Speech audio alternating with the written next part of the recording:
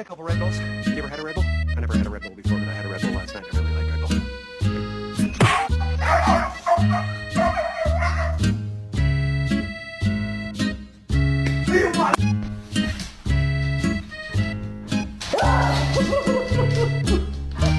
Alright, t'es prêt, petit gars?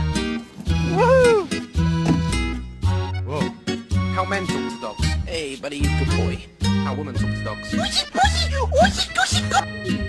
Oh, you're fine.